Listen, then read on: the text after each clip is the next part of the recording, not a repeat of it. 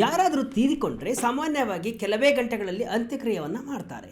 ಅದು ನಿಮಗೂ ಗೊತ್ತಿದೆ.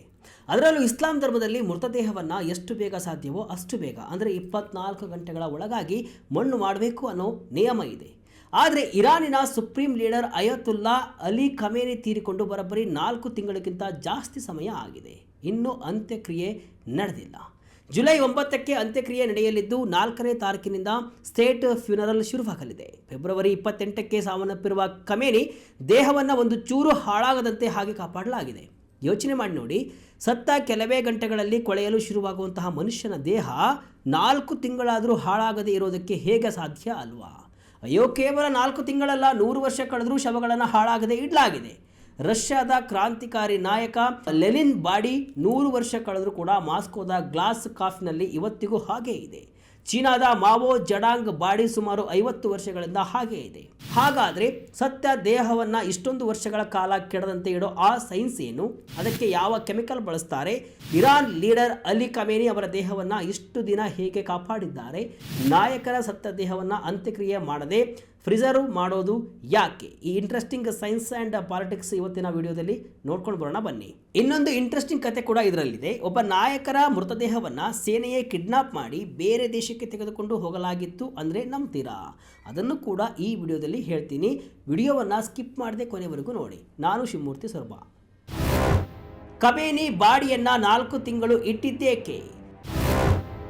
ಇಸ್ಲಾಂ ಧರ್ಮದ ರೂಲ್ಸ್ನಲ್ಲಿ ಏನೆಲ್ಲ ಇದೆ?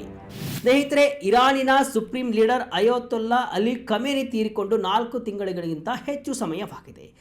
ಆದರೆ ಅವರ ಸರ್ಕಾರಿ ಅಂತ್ಯಕ್ರಿಯೆ ಮತ್ತು ದಫನ್ ಕಾರ್ಯ ಮಾತ್ರ ಈಗ ಜುಲೈ 4ರಿಂದ 9ರ ನಡುವೆ ನಡೆಯಲು ರೆಡಿಯಾಗಿದೆ. ಇಸ್ಲಾಂ ಸಂಪ್ರದಾಯದ ಪ್ರಕಾರ ಸತ್ತ ತಕ್ಷಣವೇ ಅಂದರೆ 24 ಗಂಟೆಯ ಒಳಗೆ ದಫನ್ ಮಾಡಬೇಕು. ಆದರೆ ಖಮೇನಿ ಅವರ ಕೇಸ್ನಲ್ಲಿ ಈ ನಿಯಮವನ್ನು ಯಾಕೆ ಫಾಲೋ ಮಾಡಿಲ್ಲ ಅನ್ನೋದು ಎಲ್ಲರ ಮನಸ್ಸಿನಲ್ಲಿರುವಂತಹ ದೊಡ್ಡ ಪ್ರಶ್ನೆ. ನಿಜ ಹೇಳಬೇಕಂದ್ರೆ ಇರಾನ್ನಲ್ಲಿ ನಡೆದ ಸಂಘರ್ಷಗಳು ಮತ್ತು ದೇಶದ ಬೇರೆ ಬೇರೆ ಸಿಟಿಗಳಲ್ಲಿ ಅವರ ಅಂತಿಮ ದರ್ಶನಕ್ಕೆ ಮಾಡಬೇಕಾದಂತಹ ದೊಡ್ಡ ಮಟ್ಟದ ಸಿದ್ಧತೆಗಳಿಂದಾಗಿ ಈ ಅಂತ್ಯಕ್ರಿಯೆಯನ್ನು ಮುಂದೂಡಬೇಕಾಗಿ ಬಂತು.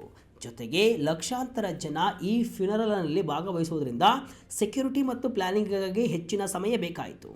UK ಮೂಲದ ಪ್ರಸಿದ್ಧ ಇಸ್ಲಾಮಿಕ್ ವಿದ್ವಾಂಸ ಡಾಕ್ಟರ್ ಮುಷರಫ್ ಹುಸೇನ್ ಅವರ ಪ್ರಕಾರ ಇಸ್ಲಾಂ ಧರ್ಮದಲ್ಲಿ ಕಾನೂನು ಪ್ರಕ್ರಿಯೆಗಳು, ಟ್ರಾನ್ಸ್ಪೋರ್ಟೇಷನ್ ಅಥವಾ ಇಂತಹ ಅಸಾಧಾರಣ ಸಾರ್ವಜನಿಕ ಸಂದರ್ಭಗಳು ಬಂದಾಗ ಮಾತ್ರ ಶವ ಸಂಸ್ಕಾರವನ್ನು ತಡ ಮಾಡೋದಕ್ಕೆ ಅನುಮತಿ ಇದೆ.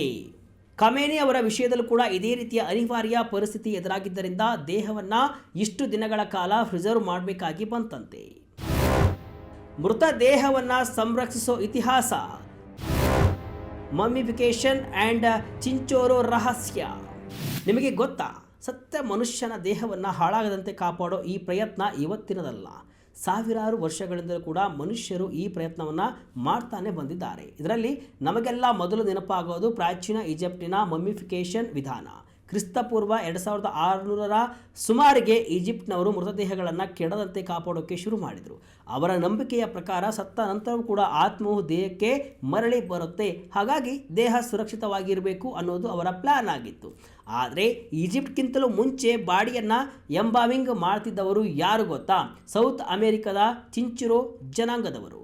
ಇವರು ಇಂದಿನ ಚಿಲಿ ಮತ್ತು ಪೆರು ದೇಶಗಳ ಭಾಗದಲ್ಲಿ ಕ್ರಿಸ್ತಪೂರ್ವ 5000ದಷ್ಟು ಹಳೆಯ ಕಾಲದಲ್ಲೇ ಮೃತದೇಹಗಳನ್ನು ಸಂರಕ್ಷಿಸ್ತಾ ಇದ್ರು. ಇವರೇ ಜಗತ್ತಿನ ಅತ್ಯಂತ ಹಳೆಯ ಎಂಬಾಮಿಂಗ್ ತಜ್ಞರು ಅಂತ ಹೇಳಲಾಗುತ್ತೆ. ಇದು ಮಾತ್ರವಲ್ಲದೆ ಪ್ರಾಚೀನ ಪೆರು, ಚೀನಾ ಮತ್ತು ಯುರೋಪ್ನ ಅನೇಕ ಭಾಗಗಳಲ್ಲೂ ಕೂಡ ಮೃತದೇಹಗಳನ್ನು ನೈಸರ್ಗಿಕವಾಗಿ ಅಥವಾ ಕೃತಕವಾಗಿ ಸಂರಕ್ಷಿಸಿದ ಉದಾಹರಣೆಗಳು ಕೂಡ ಇವೆ. ಡೆಡ್ ಬಾಡಿಯನ್ನು ಸಂರಕ್ಷಿಸೋ ಸೈನ್ಸ್ ಏನು? ವಿಜ್ಞಾನಿಗಳಿಂದ ಉಪ್ಪಿನಕಾಯಿ ಹಾಕೋ ವಿಧಾನ. ಹಾಗಾದರೆ ಮನುಷ್ಯ ಸತ್ತ ಮೇಲೆ ಆತನ ದೇಹ ಕೊಳೆಯದಂತೆ ಕಾಪಾಡೋ ಆ ಸೈನ್ಸ್ ಟೆಕ್ನಿಕ್ ಆದರೂ ಯಾವುದು ಅಂತ ಥಿಂಕ್ ಮಾಡ್ತಿರ್ತೀರಿ. ಇದರ ಬಗ್ಗೆ ದಂಡಿ ಯೂನಿವರ್ಸಿಟಿಯ ಪ್ರೊಫೆಸರ್ ಸು ಬ್ಲಾಕ್ ಅವರು ತುಂಬ ಸಿಂಪಲ್ ಆಗಿ ವಿವರಣೆಯನ್ನು ಕೊಟ್ಟಿದ್ದಾರೆ. ಅವರ ಪ್ರಕಾರ ಈ ಎಂಬಾಮಿಂಗ್ ಪ್ರಕ್ರಿಯೆ ನಮ್ಮ ಮನೆಯಲ್ಲಿ ಉಪ್ಪಿನಕಾಯಿ ಹಾಕೋ ವಿಧಾನ ಇದ್ದ ಹಾಗೆ. ಹೌದು, ಉಪ್ಪಿನಕಾಯಿ ಕೆಡಬಾರ್ದು ಅಂದರೆ ನಾವು ಅದಕ್ಕೆ ಹೇಗೆ ಎಣ್ಣೆ ಉಪ್ಪು ಹಾಕಿ ಗಾಳಿ ಆಡದ ಜಾಗದಲ್ಲಿ ಇಡ್ತೀವೋ ಅದೇ ರೀತಿ ಮೃತದೇಹದ ಒಳಗೂ ಕೂಡ ಒಂದು ಸ್ಟೆರಿಲ್ ಅಂದರೆ ಬ್ಯಾಕ್ಟೀರಿಯಾ ಮುಕ್ತ ವಾತಾವರಣವನ್ನು ಕ್ರಿಯೇಟ್ ಮಾಡಬೇಕಾಗುತ್ತೆ. ಇದಕ್ಕೆ ಮೊದಲು ಮಾಡೋ ಕೆಲಸ ಅಂದರೆ ದೇಹದಲ್ಲಿರುವಂತಹ ರಕ್ತವನ್ನು ಸಂಪೂರ್ಣವಾಗಿ ಹೊರಗೆ ತೆಗೆಯುವುದು. ಯಾಕಂದರೆ ನಮ್ಮ ದೇಹದಲ್ಲಿರುವಂತಹ ರಕ್ತ ಬ್ಯಾಕ್ಟೀರಿಯಾಗಳಿಗೆ ಒಂದು ರೀತಿಯ ಹಬ್ಬದ ಊಟದ ಥರ ಇರುತ್ತೆ. ರಕ್ತ ಹಾಗೆ ಇದ್ದರೆ ಬ್ಯಾಕ್ಟೀರಿಯಾಗಳು ಬೇಗ ಬೆಳೆದು ದೇಹ ಕೊಳೆಯೋಕೆ ಶುರು ಮಾಡುತ್ತೆ. ಅದಕ್ಕಾಗಿಯೇ ಶರೀರದ ಪ್ರಮುಖ ರಕ್ತನಾಳಗಳನ್ನು ಓಪನ್ ಮಾಡಿ ರಕ್ತವನ್ನು ಸಂಪೂರ್ಣವಾಗಿ ಹೊರತೆಗೆದು ಆ ಜಾಗಕ್ಕೆ ಕೆಮಿಕಲ್ ಸೊಲ್ಯೂಷನ್ಗಳನ್ನು ಫ್ಲಶ್ ಮಾಡ್ತಾರೆ. ಕೇಳೋಕ್ಕೆ ಇಂಟ್ರೆಸ್ಟಿಂಗ್ ಅನಿಸ್ತಿದೆ ಅಲ್ವಾ? ಮುಂದೆ ಇನ್ನೂ ಇದೆ ನೋಡಿ. ರಕ್ತನಾಳಗಳಿಗೆ ಏನೆಲ್ಲ ಫ್ಲಶ್ ಮಾಡ್ತಾರೆ? ಆಗಲೇ ಹೇಳಿದಂತೆ ರಕ್ತನಾಳಗಳಿಗೆ ಫ್ಲಶ್ ಮಾಡೋ ಈ ಕೆಮಿಕಲ್ ಸೊಲ್ಯೂಷನ್ನಲ್ಲಿ ಏನಿರುತ್ತೆ ಗೊತ್ತಾ? ಇದರಲ್ಲಿ ಮುಖ್ಯವಾಗಿ ಆಲ್ಕೋಹಾಲ್, ಗ್ಲಿಸರಾಲ್ ಮತ್ತು ಫಾರ್ಮಲಿನ್ ಇರುತ್ತೆ. ಫಾರ್ಮಲಿನ್ ದೇಹದಲ್ಲಿರುವಂತಹ ಎಲ್ಲ ಬ್ಯಾಕ್ಟೀರಿಯಾ ಮತ್ತು ಫಂಗಸ್ಗಳನ್ನು ಕೊಂದು ಹಾಕುತ್ತೆ. ಇನ್ನು ಗ್ಲಿಸರಾಲ್ ಈ ಕೆಮಿಕಲ್ಲು ದೇಹದಲ್ಲಿರುವಂತಹ ನೀರಿನ ಅಂಶ ಒಣಗಿ ಹೋಗದಂತೆ ಬ್ಯಾಲೆನ್ಸ್ ಮಾಡುತ್ತೆ. ಇಲ್ಲದಿದ್ದರೆ ಇಡೀ ಶರೀರ ಡಿಹೈಡ್ರೇಟ್ ಆಗಿ ಸುಕ್ಕುಗಟ್ಟಿ ಹೋಗುತ್ತೆ. ಈ ಕೆಮಿಕಲ್ಗಳ ಜೊತೆಗೆ ಒಂದು ರೀತಿಯ ಪಿಂಕ್ ಕಲರ್ ಟಿಂಟ್ ಅಂದರೆ ತಿಳಿ ಗುಲಾಬಿ ಬಣ್ಣವನ್ನು ಮಿಕ್ಸ್ ಮಾಡ್ತಾರೆ. ಯಾಕಂದರೆ ಸತ್ತ ಮೇಲೆ ಮನುಷ್ಯನ ದೇಹ ಬಿಳಿಚಿಕೊಂಡಿರುತ್ತೆ.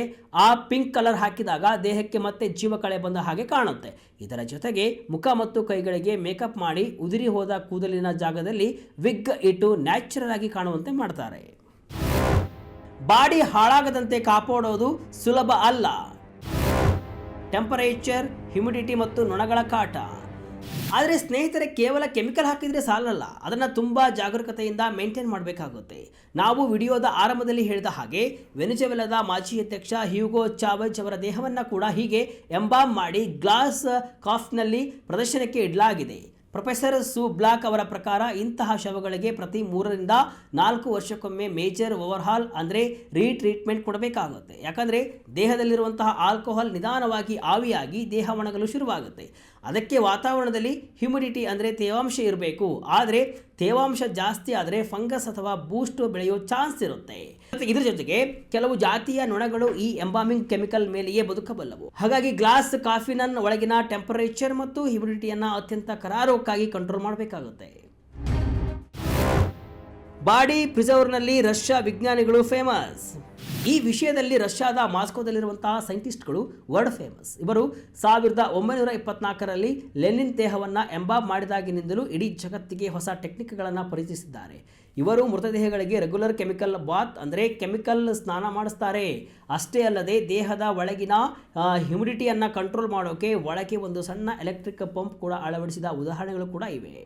2004ರಲ್ಲಿ ಲೆನಿನ್ ಬಾಡಿಯನ್ನು ಪ್ರಿಸರ್ವ್ ಮಾಡ್ತಿದ್ದಂತಹ ರಷ್ಯಾದ ಎಕ್ಸ್ಪರ್ಟ್ ಯೂರಿ ಡೆನಿಸೋವ್ ನಿಕೋಲಸ್ಕಿ ಅವರು ಒಂದ್ಸಲ ಈ ಬಗ್ಗೆ ಮಾತನಾಡ್ತಾ ಇರುವಾಗ ಹೇಳ್ತಾರೆ, ರಾಫೆಲ್ ಅಥವಾ ರೆಂಬ್ರಾಂಟ್ ಅವರ ಫೇಮಸ್ ಪೇಂಟಿಂಗ್ಗಳನ್ನು ರೀಸ್ಟೋರ್ ಮಾಡುವಾಗ ಕಲಾತಜ್ಞರ ಕೈಗಳು ಹೇಗೆ ನಡುಗುತ್ತವೆಯೋ ಹಾಗೆ ಈ ದೇಹವನ್ನು ಟಚ್ ಮಾಡುವಾಗ ನನ್ನ ಕೈಗಳು ನಡುಗ್ತಾ ಇದ್ವು.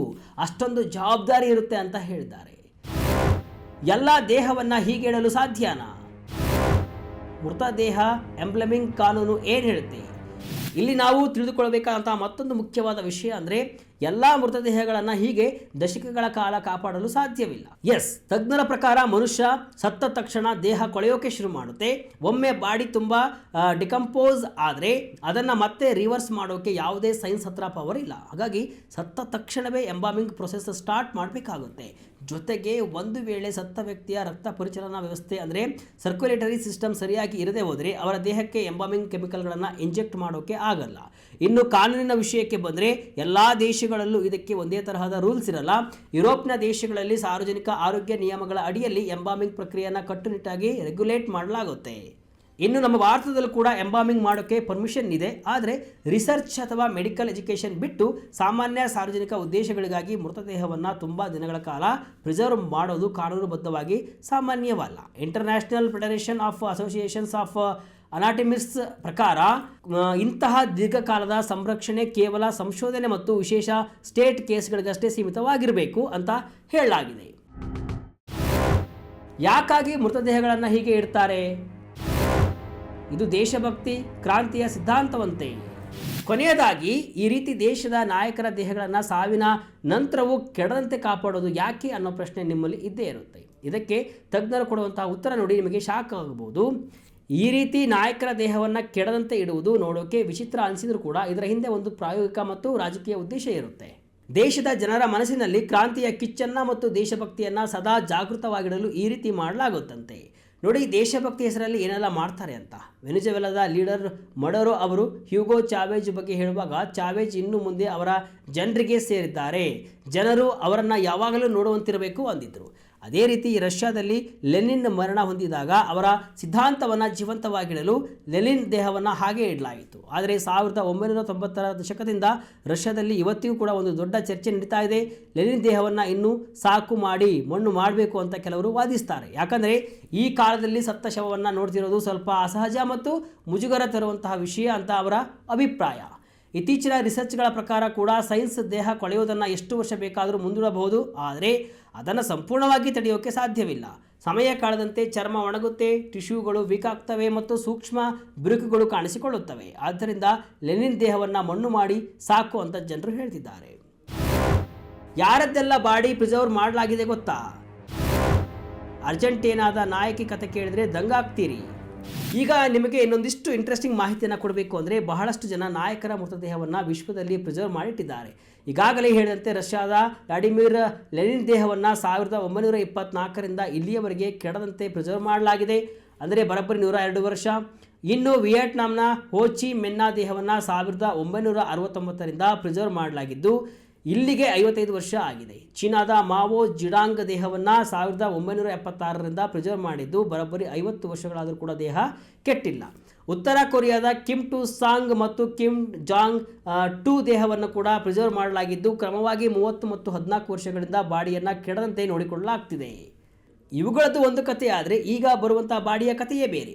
ಅರ್ಜೆಂಟೀನಾದ ಯುವ ಪೆರೋನ್ ಮೃತದೇಹದ ರೋಚಕ ಕಥೆ ಕೇಳಿದರೆ ಒಂದು ಡೆಡ್ ಬಾಡಿಗೋಸ್ಕರ ಇಷ್ಟೆಲ್ಲ ನಡೆಯುತ್ತಾ ಅಂತ ನೀವು ಅಂತೀರಿ. ಎಸ್, 1952ರಲ್ಲಿ ಯುವ ಪೆರೋನ್ ತಮ್ಮ 33ನೇ ವಯಸ್ಸಿನಲ್ಲಿ ಕ್ಯಾನ್ಸರ್ನಿಂದ ಸಾಯ್ತಾರೆ. ಇವರು ಸಿನಿಮಾ ನಟಿ ಕೂಡ. ಇವರ ದೇಹವನ್ನು ಮಾಸ್ಟರ್ ಎಂಬಾಮ್ಲರ್ ಡಾಕ್ಟರ್ ಪೆಡ್ರೋ ಅರಾ ಬಹಳ ಜಾಗರೂಕತೆಯಿಂದ ಸಂರಕ್ಷಣೆಯನ್ನು ಮಾಡಿದರು.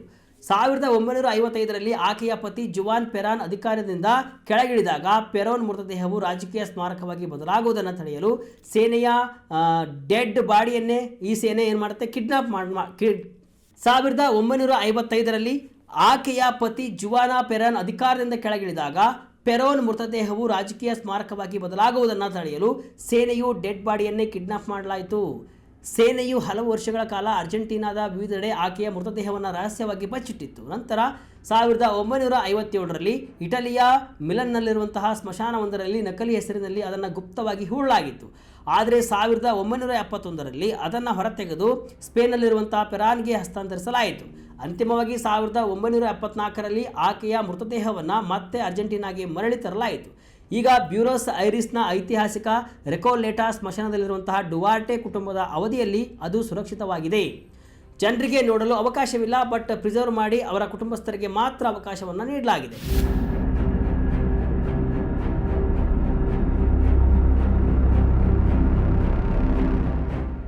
ಒಟ್ಟಿನಲ್ಲಿ ಇರಾನ್ ಲೀಡರ್ ಅಲಿ ಖಮೇನಿ ದೇಹವನ್ನು ಎಷ್ಟು ದಿನಗಳ ಕಾಲ ಇರಾನ್ ತನ್ನ ವಶದಲ್ಲಿ ಸುರಕ್ಷಿತವಾಗಿ ಇಟ್ಟಿದೆ. ಆದರೆ ಜುಲೈ 9ರಂದು ಅವರ ಅಂತ್ಯಕ್ರಿಯೆ ಮುಗಿದ ಮೇಲೆ ಈ ಅಧ್ಯಾಯ ಮುಕ್ತಾಯವಾಗಲಿದೆ.